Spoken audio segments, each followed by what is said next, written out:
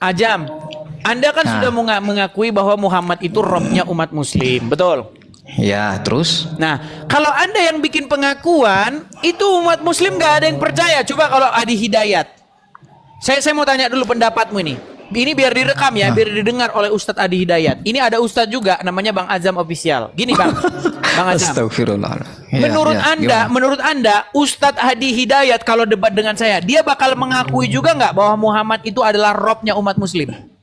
Saya nggak tahu, karena masing-masing manusia kan memiliki perspektif dan sudut pandang. Saya nggak bisa. Iya. Bukan. Menurut ajaran agama Islam yang benar, menurut kaidah bahasa Arab yang benar, menurut contoh-contoh penggunaan kata rob di dalam Al-Quran, maka Muhammad itu robnya umat muslim nggak? Kalau rob secara bahasa bisa jadi. Rob secara bahasa ya, dalam lingkup yang kecil gitu kan bisa jadi. Ya, jadi Muhammad itu robnya umat muslim. Kira-kira Adi Hidayat bakal bikin pengakuan gitu nggak? Ya, wallahualam saya tidak tahu, karena masing-masing kan memiliki kapasitas keilmuan untuk memberikan sebuah argumentasi kepada orang lain. Nah ini seandainya Adi Hidayat yang bikin pengakuan itu, saya takut besok nggak ada lagi yang datang ke pengajian Adi Hidayat. Saya tahu kenapa. Saya bisa memprediksi kenapa dia takut menghadapi saya. Nanti kalau saya bikin pengakuan Anda itu belum apa-apa viral, sedang framing. nanti nggak ada lagi yang datang ngaji di tempat saya. Enggak, Anda belum apa-apa sudah memframing Ustadz Adi Hidayat. Belum. Baik, sampaikan kepada Ustadz Adi Hidayat. Yuk, sampaikan. Belum. Saya punya nomornya Ustadz Adi Hidayat. Saya punya nomornya. Boleh. Kapan Saya kita punya ditemukan? nomornya. Kapan ditemukan? Saya punya nomornya. Baik, nanti saya hubungi ya. Nanti saya konfirmasi ke Edi. Saya nggak bohong. Saya punya nomornya Adi Hidayat. Baik, kita akan buktikan. Kita begini, temanya itu adalah menuhankan. Siapakah yang menuhankan manusia? Kalau Kristen saya mengakui, Kristen menuhankan Yesus. Dan masalahnya umat muslim tidak mau jujur mengaku bahwa kalian menuhankan Muhammad. Udah finish itu yang gitu-gitu di sini. Iya sudah, kalian kemarin sudah mengakui. Masalahnya Anda yang mengakui, Ustadz Adi Hidayat belum mengakui. Jadi kalau Anda kan masih Adi dipandang, coba saya mau tanya jujur Bang Ajam, banyak nggak yang inbox? Banyak Bang. Banyak pasti. Kenapa kamu mengakui bahwa Muhammad itu robmu? Kamu betul nggak? Banyak ngomong nggak? Ya itu kan berdasarkan kapasitas dan keilmuan saya, dan itu apa yang saya sampaikan bisa saya pertanggungjawabkan. Kenapa sih? Gitu aja kok. Iya. Masalahnya yang ngomong ini Anda, Bang Azam, belum ada yang kenal. Yang kenal baru dikit. Coba Adi Hidayat yang ngomong. Bubar. Enggak lah. Bubar, orang Islam bisa bubar. Tentu jika dijelaskan dengan sebuah argumentasi yang runut, umat Islam pun akan mengerti bahwa menuhankan yang dimaksud adalah menuhankan, iya kan? Ya memang itu nggak ada yang lain dari situ. Kan nggak ada yang lain dari situ. Karena begini Bang Azam. Iya, tidak ada yang lain dari situ. Gini Bang Azam, banyak orang tuh begini. Iya. Menuhankan Yesus artinya menganggap Yesus Tuhan. Udah. Banyak orang begitu. Bukan begitu pengertian menuhankan. Contoh, menuhankan Allah artinya menganggap Allah Tuhan. Habis itu udah maling aja. Kan nggak begitu maknanya. Menuhankan Allah artinya membuat diri Anda itu takluk mengikuti kehendaknya. Betul nggak? Itu sebenarnya esensi dari menuhankan Allah. Betul? Iya. Jadi terjadi sebuah penjelasan yang berbeda antara Edis dengan teman-teman Kristen yang lain terkait dengan konsep Tuhan ini. Sedangkan teman-teman yang lain dari kalangan kekristenan menganggap bahwa mentuhankan Yesus itu menganggap bahwa Yesuslah pemilik otoritas tertinggi. Masa saya ulang-ulang terus? Yesus pencipta langit dan bumi, Yesuslah yang mengatur segala-galanya, Yesuslah memberi, Yesuslah yang mengambil, dan seterusnya dan seterusnya. Sedangkan konsep Tuhan yang Edis paparkan selama ini kepada saya yang saya tahu adalah Tuhan hanya sekedar tunduk dan patut dalam dalam konteks yang terbatas. Begitu Dis. Jadi berbeda penjelasan Anda dengan teman-teman Kristen yang lain. Maka saya pernah sampaikan kiranya Edi sudi untuk menghadirkan pendeta yang independen. Tapi ada nggak ya pendeta yang independen untuk menjelaskan hal yang Edis paparkan ini? Begitu Dis. Baik. Boleh kapan kita atur waktunya nanti Bang Azam ya? Nanti Anda mengundang Adi Hidayat, kemudian nanti saya akan mengundang lagi siapa yang kira-kira Anda perlu mengatakan bahwa saya beda begitu. Ini yang diajarkan ya, beda sama. Cuman kalau Anda nanyanya sama orang-orang yang nggak tahu apa-apa, baca Bible aja nggak pernah, ya memang gitu. Lu banyak orang Kristen tuh begini Bang Ajam, gini. Gimana? Apa maknanya menuhankan Yesus? Banyak orang Kristen itu nggak tahu makna menuhankan Yesus itu apa. Menjadikan Yesus sebagai Tuhan itu artinya di dalam pikiran banyak orang Kristen artinya menganggap Yesus sang pencipta. Habis itu udah, habis itu maling aja. Lu banyak. Kan saya percaya Yesus Tuhan. Yang penting saya percaya Yesus Tuhan masuk surga. Bukan begitu konsepnya. Jadi Ketika Edis, Yesus gimana menjadi konsepnya, Edis? Tuhan di hidupmu, artinya Yesus itu menjadi raja, pengendali, pengatur, pemimpin hidupmu. Itu maksudnya. Makanya Yesus berkata, pada hari terakhir nanti banyak orang berseru-seru kepadaku, Tuhan, Tuhan, Tuhan. Tetapi Yesus akan berkata, aku tidak kenal engkau. Karena apa? Karena dia tidak melakukan kehendak-kehendak Yesus, kehendak-kehendak Bapa yang mengutus Yesus. Itu. Oh gitu ya. Iya, seperti Ya, orang menurut saya Islam sih juga berbeda loh. memang, Dis. Seperti banyak orang Berbeda, Islam berbeda. juga Bang Azam. Orang Islam juga Gimana, banyak. gimana? Yang penting kan saya percaya Allah Tuhan, tapi nggak sholat, ya kan?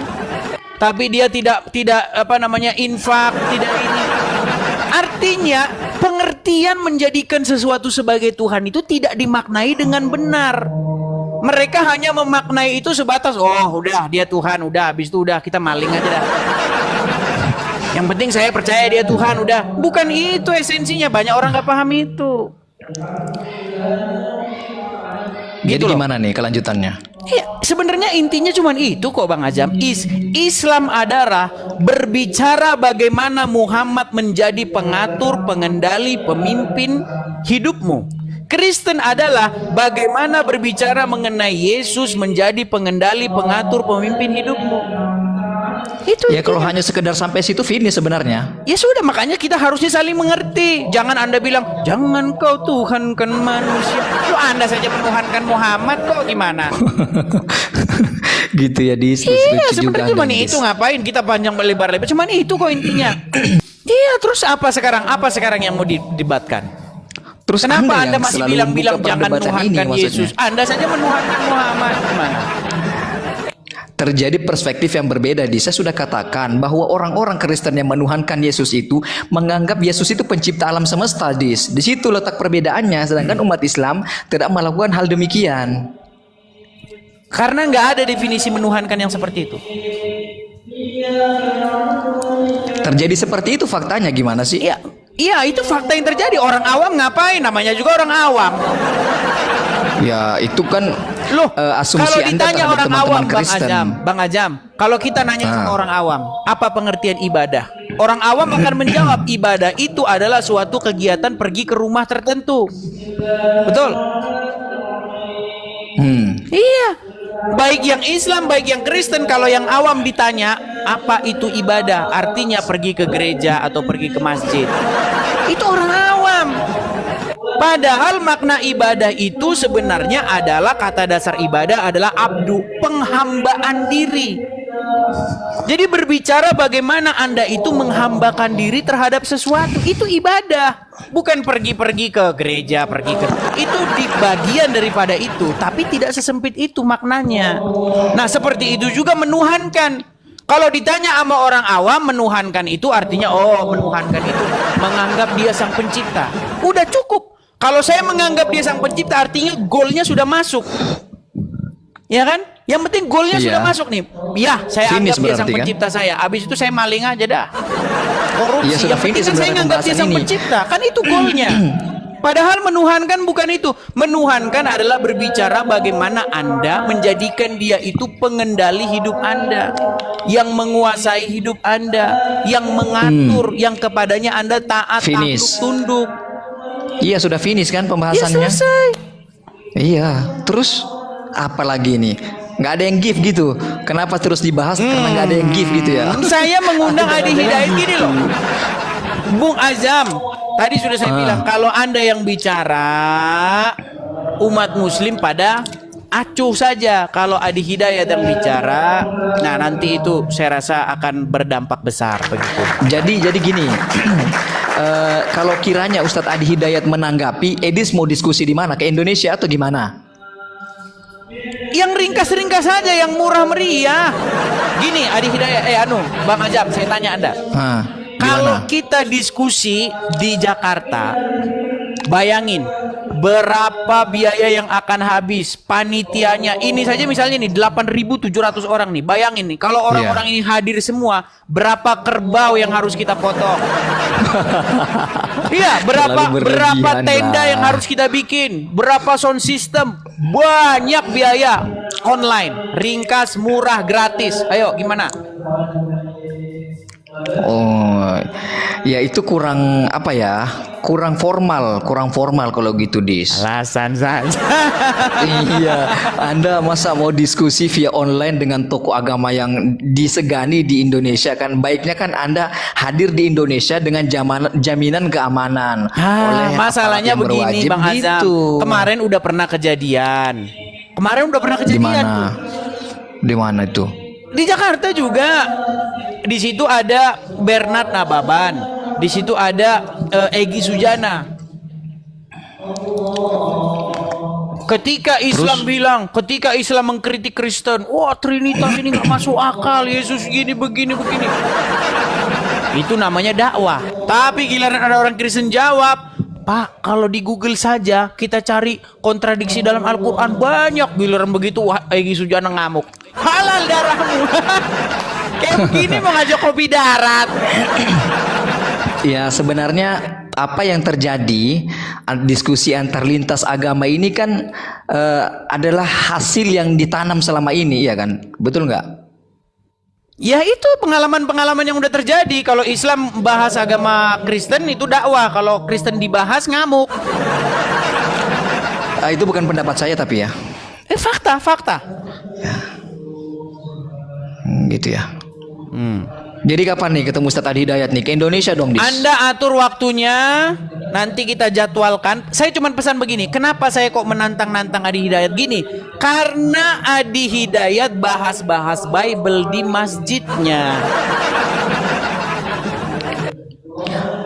Emang pernah ya Ustadz Adi Hidayat bahas Bible? Kok nggak pernah dengar saya, Dis? Iya. Makanya pantesan saja ini Anda nih masih nggak pernah dengar saya, Dis. Nah itu dia Bang Ajam. Gini yang Bang saya Ajam. tahu Ustadz Abdul Somad iya pernah saya dengar. Oh Abdul Somad iya, Adi nyinggung Bible, Hidayat iya, siapa lagi? Ustadz Adi Hidayat Firanda iya, semua. Iya Ustadz Firanda iya pernah saya dengar. Iya Ustadz Firanda, siapa lagi? Felix iya, siapa lagi? Semua iya, Felix kalian mungkin. itu tukang bahas-bahas Bible. Tapi kalau dibahas Quran kalian bilang penistaan. Gini, Dis, mengapa dikatakan penistaan? Karena orang yang membahas tidak memiliki disiplin ilmu tertentu yang mendukung orang untuk membahas Al-Quran. Begitu Iya, kan Bible. itu karena Anda yang menentukan. Sebenarnya sama. Dengarkan dulu Bang saya Ajam. sebenarnya. Gini loh, Saudara, ketika dengarkan saya dulu saya. juga bisa bicara seperti itu, kamu gimana? juga penistaan. Kamu bahas-bahas Bible. Kamu tidak punya disiplin ilmu untuk memahami Bible. Oke, saya Sama biar kalau agak cuma ada. itu Oke, doang gini, mah Dis. sama. Agar saya mendapatkan legalitas untuk membahas Bible, coba sebutkan disiplin ilmu apa yang harus saya miliki agar saya boleh membahas Bible. Coba monggo silahkan. Loh, kalau sama disiplin ilmu itu semua sama. Ketika Anda bahas Beda, Bible, Dis. Anda harus mengatakan apa yang Bible katakan. Jangan mengatakan apa yang tidak Bible katakan. Sama, ketika saya baca Quran, saya harus mengatakan apa yang Quran katakan. Saya nggak boleh mengatakan sesuatu yang Quran tidak katakan. Nah, sayangnya untuk memahami Al-Quran bukan seperti itu disiplin ilmunya, saudara. Bukan. Jadi untuk memahami Al-Quran itu setidaknya ada 14 cabang bidang ilmu yang harus dimiliki. Yang mana ketika orang yang membahas Al-Quran, Islam sekalipun, berjenggot sekalipun, bersorban sekalipun, ketika dia tidak memiliki 14 cabang bidang ilmu tersebut, dia tidak dianggap ketika dia berbicara Al-Quran. Apalagi teman-teman Kristen berbicara Al-Quran, mohon maaf hanya modal terjemahan. Itu sungguh sangat jauh. Baik, saya tanggapi ya. Habis, saudara. Ya. Kita tanggapi. Ini Anda memfitnah lagi. Anda fitnah lagi Al-Quran.